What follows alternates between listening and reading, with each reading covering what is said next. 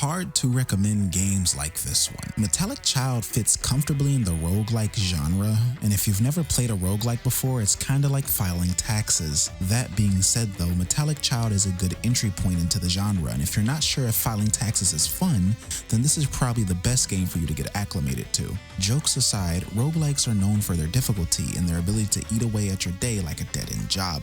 Metallic Child fits the bill by providing the player with hours upon hours of consistent content perfect for killing time. The problem is that Metallic Child's content is consistently average. Before getting into the many things that Metallic Child gets wrong, let me start by saying Metallic Child is probably a godsend for people who are fans of this genre. And honestly, if you look hard enough, there's a lot to like.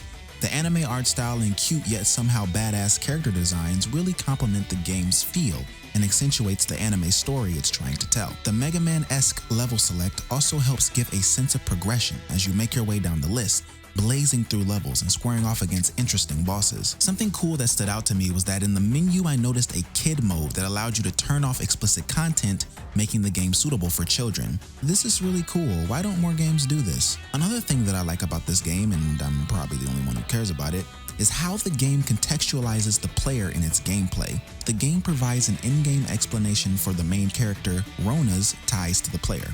I think that's pretty cool. Unfortunately, the praise is short-lived.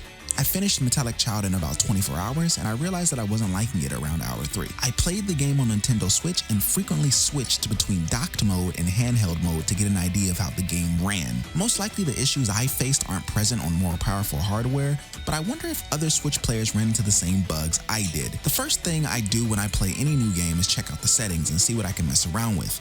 It made me happy that you're able to change the button layout to a custom one that's more comfortable for you, except when I initially tried to, the menu locked up on me and I had to close the software and relaunch it. The game has a performance mode as well as a visual mode, and come on, we all know the Switch isn't known for its frame rate stability. Funnily enough, the game is absolutely riddled with frame issues in both docked and handheld mode, and for some reason the game ran better in handheld. Sometimes while docked, the frames would drop into the single digits, which made zero sense to me.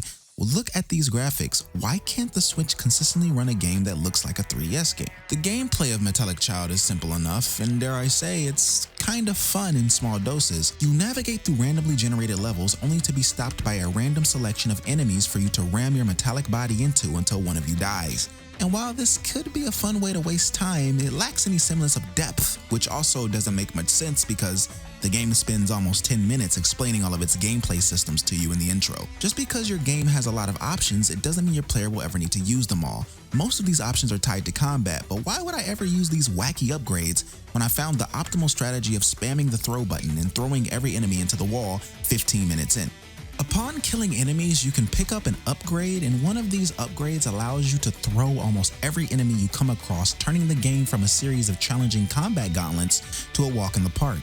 The controls aren't as fluid as I would like them to be, but they aren't necessarily stiff either. The gameplay is usually bug-free, except for the time I finished a level and died at the same time I killed a boss, causing the game to soft lock, and then I had to restart the Switch. I restarted the software only to find out that there are no checkpoints, so I had to complete the whole level again. And it doesn't end there.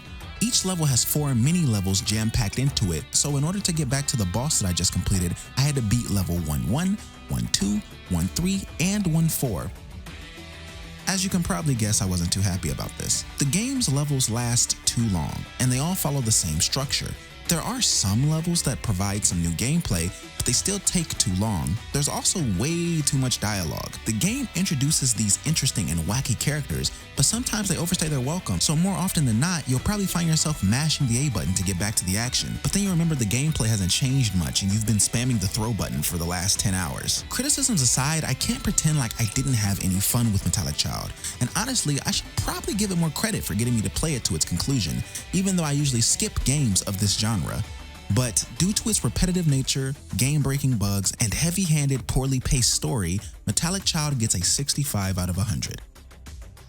Don't forget to subscribe to the channel for more reviews, previews, and gameplay. And if you just can't get enough of that game journalism goodness, you can find more articles at our website, gamingtrend.com.